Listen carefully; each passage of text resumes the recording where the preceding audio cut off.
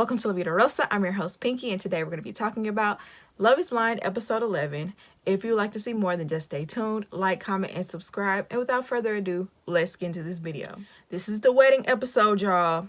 Let's just go ahead and talk about Alexa and Brennon. She just never comes off as serious as he does. Like, he is just sitting up here talking about how he wants to build with this woman, how he wants a family with this woman. He just talks about, you know, how they will be in the future. And she is just, okay, like, yeah, we have the best relationship, but I don't know. She never really talks about who Brennon is as a person unless it relates to her. Like, she'll talk about how sweet he is to her and, you know, things like that.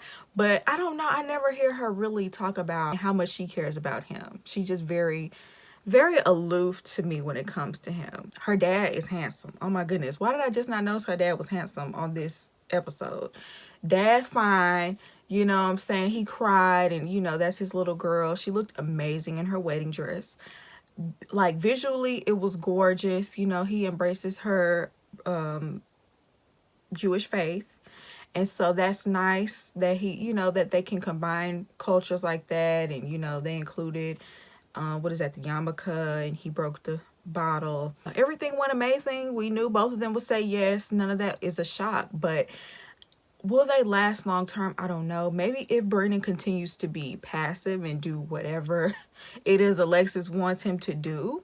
Because I feel like the minute that he really, and I mean for real, puts his foot down, it's going to be a problem. That's going to be a huge issue. And I would like to see that. I wish we could have saw a little bit more of that in the season. But for all I know, they really could be in love. I'm not getting it from them. Let's go ahead and move on to another successful wedding, Colleen and Matt. I think we all can agree that Matt is a little scary. Like, we've seen some scary sides of Matt this season. I'm worried for Colleen. I know in the beginning it seemed like Colleen was just here for TV, but I think somewhere along the way, she really did fall for Matt. Like, she really does want to be in a relationship with this man, and she really cares about him. But I'm nervous for her because he has this vice grip on her, it seems. Like, something about him is so unstable and unhinged. Even when she was walking down the aisle and he was crying, it wasn't like a romantic, "aw, he loves her so much" cry. It was just like a, "you better say yes" cry. If you say no, I'm about to tear up this entire ceremony, okay? This gonna be one for the books for real. This is a very toxic relationship, and I knew he wasn't, but I really hoped Colleen would choose herself and say no and just immediately be rushed out of there. Get away from him now, because he's gonna turn this to the hook. But just for your own sanity, just say no, because I don't trust him. I don't. He's gonna do a lot of manipulation of, well, if you don't do what I want, then I'm gonna leave. Like, give a lot of ultimatums. And no one should be in a relationship. If you're still reacting based off of your last relationship, I don't care how much the woman hurts you.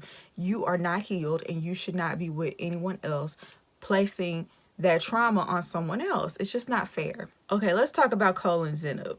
I'm going to go based off my notes and how I felt in the moment. But y'all know I have my thoughts. I'm going to give those on my next review, I promise. This is how I felt when I watched this episode before I knew all of that, okay? I just want y'all to know because I have plenty to say.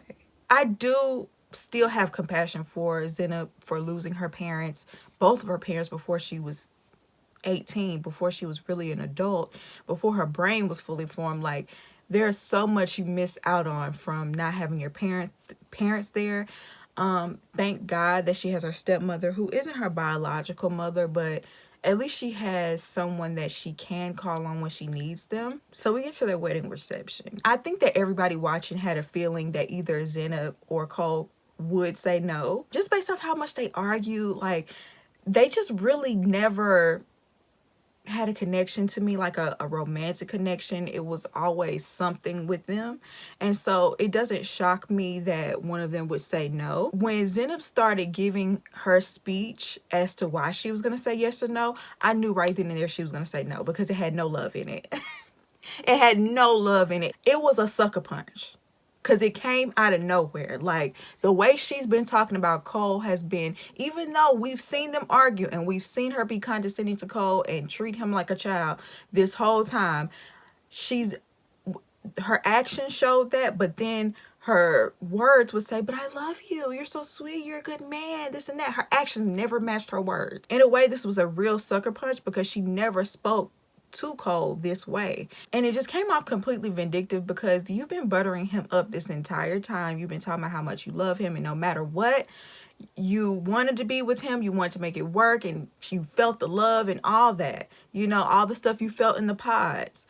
But then you turn around and you didn't have really one nice word to say about him. Like, you buttered him up this entire time. It definitely felt premeditated. She said she tried to change him. She's felt disrespected, critiqued all the time, and always insulted in return. And mind you, Cole definitely has disrespected her.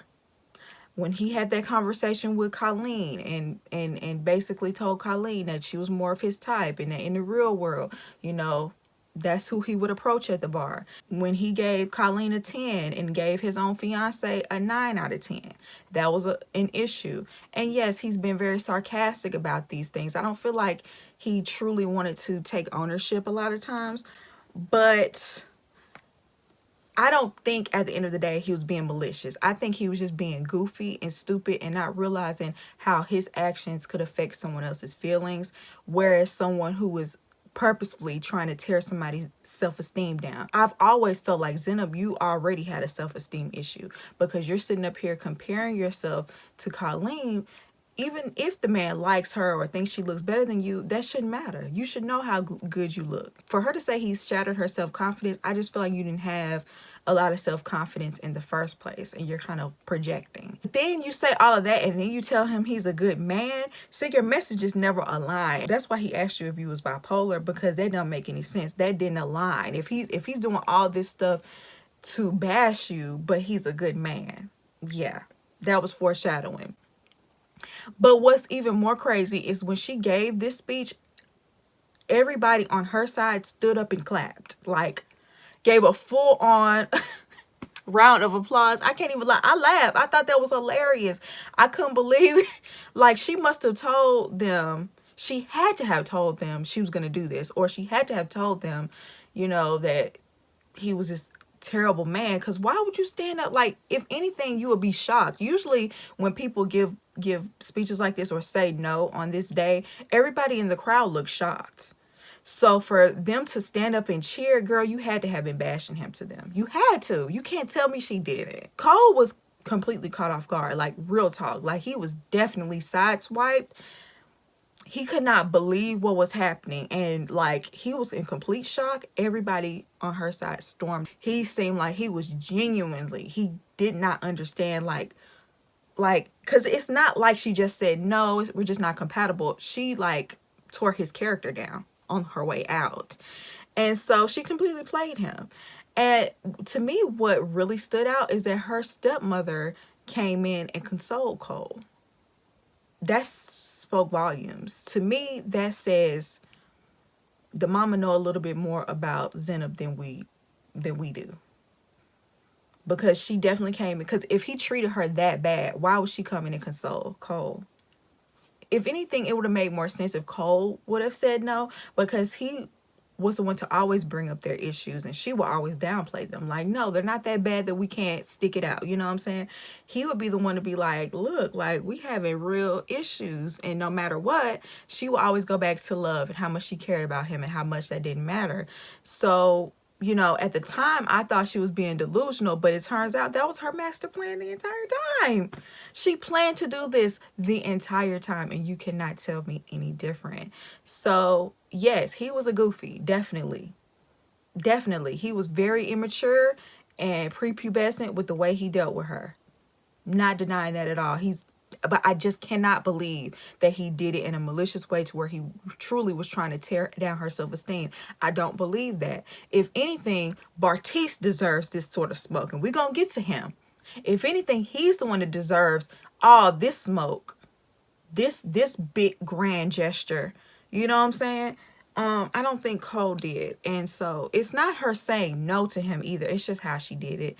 And just the premeditation behind it, child. This was like, this is Cole's origin story. For real, like, because that was completely unwarranted, and it was like dramatic as like a Grey's Anatomy episode. Like, I could not believe what I was watching. So speaking of Bartise, let's move on to their tragic wedding.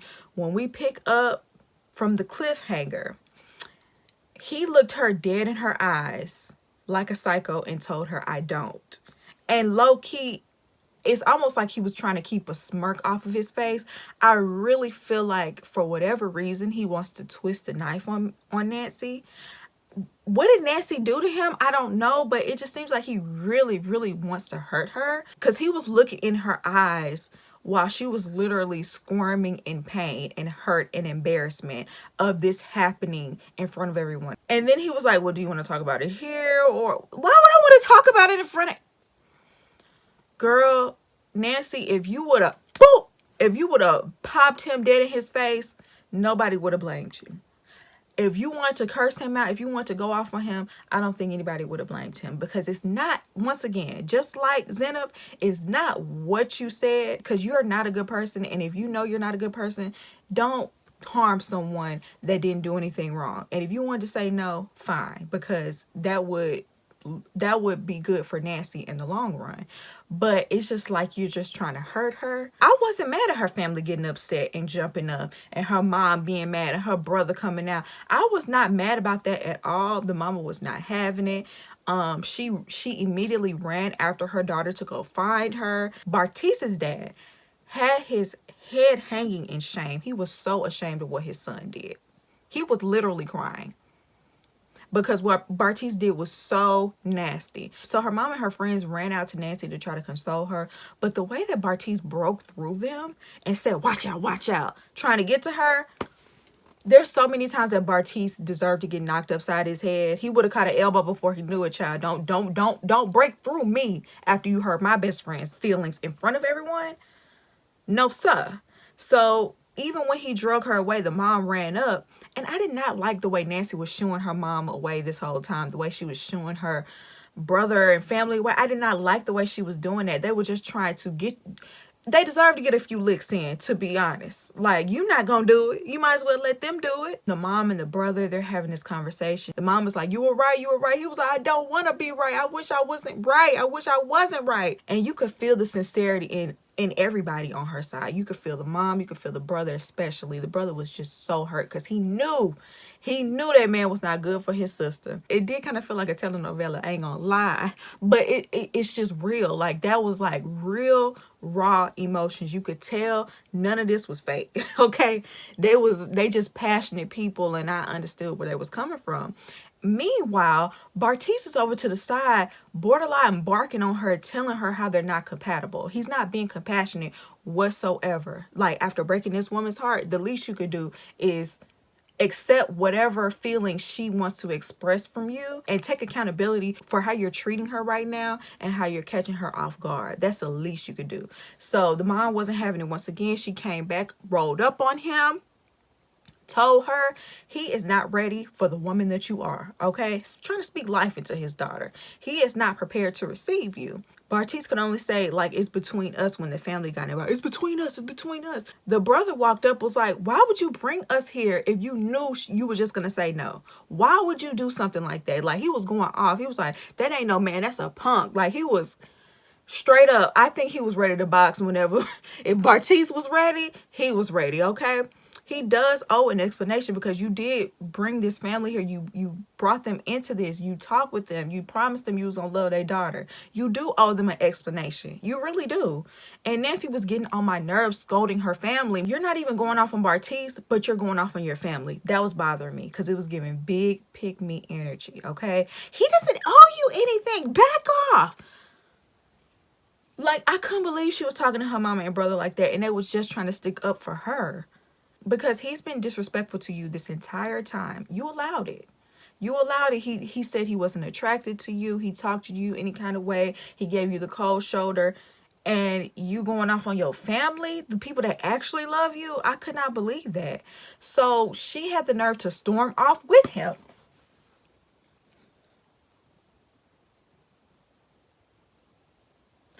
You storm off with him for him to just run it back and say exactly what he was saying over there, like he don't want you. She told him, like, we're done, and girl, you're only saying we're done because he doesn't want you. If he turned around in that moment and said, look, we're gonna try to make this work, you would have stayed with him.